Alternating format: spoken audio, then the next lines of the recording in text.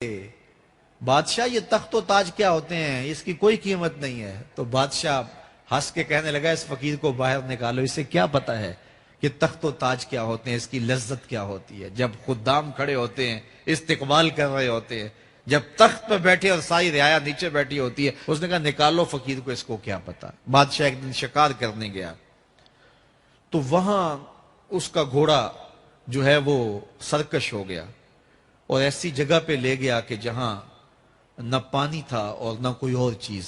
بادشاہ وہاں ہانپ رہا ہے کہ وہی فقیر مشکیزہ ڈالے ہوئے گزرا اور آواز دے رہا ہے پانی لے لو، پانی لے لو۔ بادشاہ کی تو موت واقع ہونے والی تھی، آخری ہچکیاں تھی، تو اس نے آواز دی پانی۔ تو اس فقیر نے کہا کہ ہاں تمہارے پاس ہے کوئی قیمت پانی دینے کی؟ اس نے کہا میں بادشاہ ہوں اس ملک کا۔ اس نے کہا ہوتے ہوگے، مجھے غرض نہیں ہے، میں تو بیچتا ہوں پانی۔ اس نے کہا بابا میں بادشاہ ہوں، جو مانگو گے میں دوں گا، مجھے پانی دو، میں مر رہا ہوں۔ اس فقیر نے کہا آدھی حکومت لگے گی۔ اس نے کہا آدھی لے لینا، مجھے پانی تو دو، کیونکہ مر گیا تو ساری جائے گی۔ اس نے پانی کا گھونٹ دیا، پیاس کی شدت تھی، جب پانی کا کٹورا اس نے منہ سے لگایا تو پانی حلق میں اٹک گیا۔ اب پھر دوبارہ مصیبت بن گئی۔ تو اس فقیر نے کہا کہ میں حکیم بھی ہوں، اگر کہو تو تمہارا علاج کر دوں۔ اس نے کہا ضرور کرو، لیکن اس نے کہا میں یوں ہی نہیں کروں گا، آدھی باقی حکومت بھی لگے گی، وہ بھی لکھ دو۔ اس نے چمڑے کے اوپر لکھوا لیا، ساری حکومت لکھوا لی، اور اس نے اس کا علاج کیا فوری۔ جو اس کے پاس ٹوٹکا ٹونا تھا تو اس کا پانی حلق سے نیچے اتر گیا۔ بادشاہ گھوڑے پہ بیٹھا واپس آیا، وقت گزر گیا، عرصہ بیت گیا۔ بادشاہ پھر تخت پہ بیٹھا تھا، وہی فقیر بھیس بدل کے دوبارہ آ گیا۔ پھر اس نے نصیحت کی کہ آخرت کو یاد کرو، یہ دنیا کچھ نہیں ہے، 4 دن کی کہانی ہے۔ بادشاہ نے کہا تو میرا خیال ہے پہلے بھی کبھی آیا تھا، تو نہیں سمجھتا تخت و تاج کی لذت کیا ہے۔ اس نے کہا اس کی کوئی قدر و قیمت نہیں ہے، چھوڑ اسے، آخرت سب کچھ ہے۔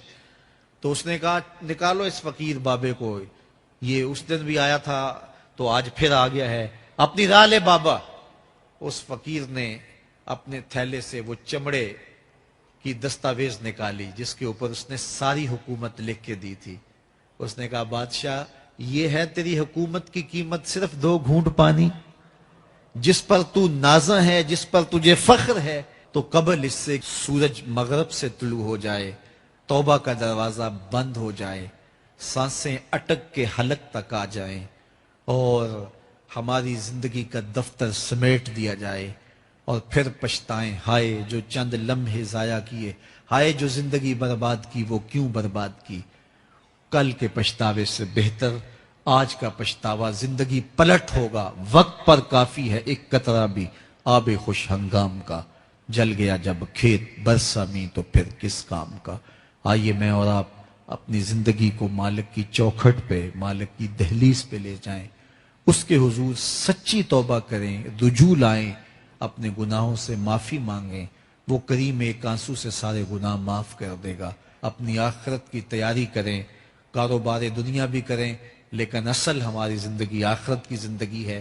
صحابہ کو خندق کھودتے دیکھا تو پیار آیا تو یہی کہا اللہم ان العیشہ عیش الآخرہ، اے اللہ زندگی تو آخرت کی زندگی ہے، فاغفر للانصار والمہاجرہ، میرے انصار کو بھی بخش دے، میرے مہاجروں کو بھی بخش دے۔ تو اللہ تعالی ہم سب کی مغفرت فرمائے۔ انسان کو اللہ تعالیٰ نے اتنی نعمتیں عطا کی ہیں کہ اگر وہ ان کا احساس کر لے تو کبھی بھی ناشکری اس کے انداز سے، رویے سے اور اس کی طرز زندگی سے ظاہر نہ ہو، بلکہ اس کا سانس سانس جو ہے وہ اللہ کا شکر کرے، اللہ کی تقدیس کے گیت گائے۔ لیکن یہ انسان ناشکرہ ہے۔ وَإِنَّهُ عَلَى ذَلِكَ لَشَهِيدٌ، اس پر اسے کوئی خارج سے گواہی کی ضرورت نہیں ہے، وہ خود اس پہ گواہ ہے، اسے خود پتا ہے کہ میں کتنا ناشکر۔ ذرا اندر اتر کے دیکھے تو اس نے کیا اس کی نعمتوں کا شکر ادا کیا ہے؟ اس کی کتنی بڑی نعمتیں ہیں حضرت انسان کو۔ انسان غور کرے، تدبر کرے۔ میں کئی دفعہ یہ بات بتا چکا ہوں، میرا ایک ملنے والا ہے، پیر بھائی ہے، تو اس کو مسئلہ کیا ہے کہ یہ جو منہ میں لعاب آتا ہے اس کی مقدار کم ہے۔ تو بنیادی طور پہ وہ لیکچرار ہے، تو اس نے روز جو ہے وہ طلباء کو لیکچر دینا ہوتا ہے تو 15 منٹ نہیں بول پاتا کہ منہ خشک ہو جاتا ہے. اب ہم نے کبھی اس کو نعمت سمجھا؟ یہ جو منہ میں لعاب آتا ہے ہم کہتے ہیں کہ یہ ایک مصیبت ہے, تھوکتے رہتے ہیں, لیکن اگر اس کی مقدار کم ہو تو زندگی اوکھی ہو جائے. یہ نظام انہضام پہ بھی اثر انداز ہوتا ہے اور پھر اس کی بینائی بھی کمزور ہو گئی, ایک آنکھ کی بینائی تو بالکل ختم ہو گئی.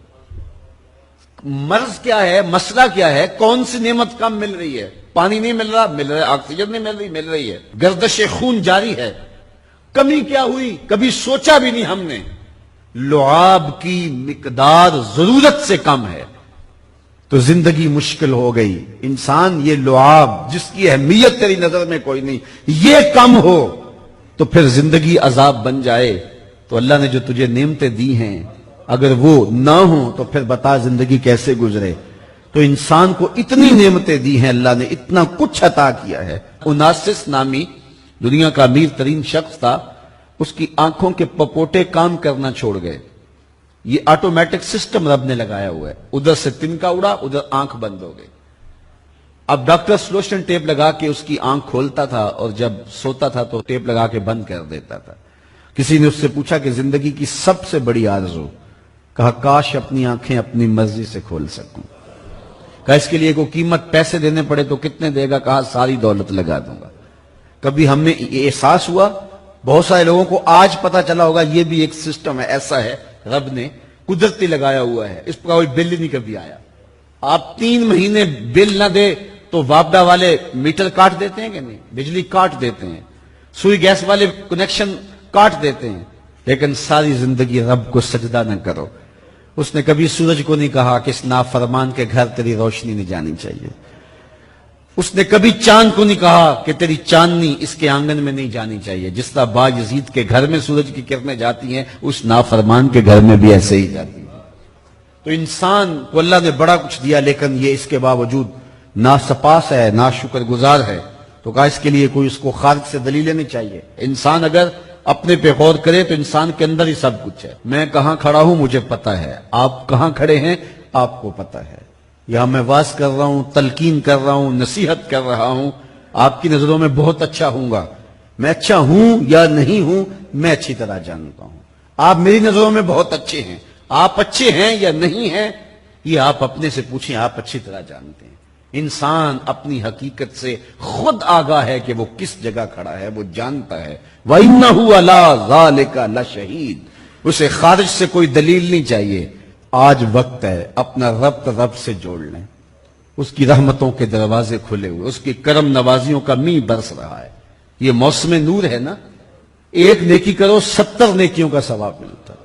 کرم نوازیوں کی برکھا برستی ہے. وہ ایک فقیر تھا, وہ بازار میں کھڑا رو رہا تھا. کسی نے رک کے پوچھا, کہا بابا کیوں رو رہے ہو, کیا ہوا ہے تمہیں؟ کسی نے مارا ہے, تنگ کیا ہے, بھوک کی شدت ہے, کیا ماجرا ہے؟ کہا نہ بابا یہ میرے مسئلے نہیں ہیں. کہا پھر کیوں کھڑے ہو؟ وہ مجذوب تھا.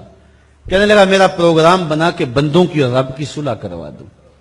تو کہا پھر کیا ہوا؟ کہا وہ تو مانتے ہیں یہ نہیں مانتے. وہ تو کہتا ہے لے آئے نے میری دہلیز پہ, ایک آنسو سے سارے گناہ معاف کر دوں, لیکن یہ میری سنتے ہی نہیں ہے. ایسا پیار ہو گیا دنیا سے, میری بات ہی نہیں سمجھتے. میں انہیں سمجھاتا ہوں آگے سے مجھے پتھر مارتے ہیں. میں ان کی خیر کے لیے ان کو کہانی سنا رہا ہوں, میاں یہ دنیا عارضی ہے, لیکن یہ مجھے گھور گھور کے دیکھتے ہیں. مجھے ان کی عقل پہ رونا آ رہا ہے. وہ کہتا ہے لے آ میری چوکھٹ پہ, ابھی معاف کر دوں گا, ایک آنسو سے سارے گناہ دھو ڈالوں گا, سمندر کی جھاگ کے برابر بھی گناہ ہیں تو مٹا ڈالوں گا. لیکن یہ سمجھتے نہیں ہیں. خیر وہ چلا گیا. اگلے دن گیا تو قبرستان کے قریب سے گزرا تو وہ فقیر وہاں کھڑا رو رہا تھا. تو وہ پھر رو گیا. کہا بابا عجیب کہانی ہے تیری, بازاروں میں بھی روتا ہے اور قبرستانوں میں بھی روتا ہے, آج کیا مسئلہ ہے؟ کہا آج بھی میرا کل والا ہی مسئلہ ہے. کہا آج کیا مسئلہ ہے؟ کہا آج میں ادھر آیا تھا کہ ان کی اور رب کی صلح کروا دوں. تو کہا آج پھر کیا بنا؟ کہا آج یہ مانتے ہیں وہ نہیں مانتا. تو قبل اس سے کہ وہ وقت آئے کہ پھر وہ نہ مانے, آج لے ان کی پناہ, آج مدد مانگ ان سے, کل قیامت کو نہ مانیں گے اگر مان گیا. تو یہ تھوڑا وقت ہے زندگی کا, اس زندگی کو غنیمت سمجھیں. آفاق کے ہر ہر گوشے میں قرآن سنا کر دم لینا، اب رکنا نہیں، اب تھمنا نہیں، فردوس میں جا کر دم لینا، آفاق کے ہر ہر گوشے میں قرآن سنا کر دم لینا، اب رکنا نہیں۔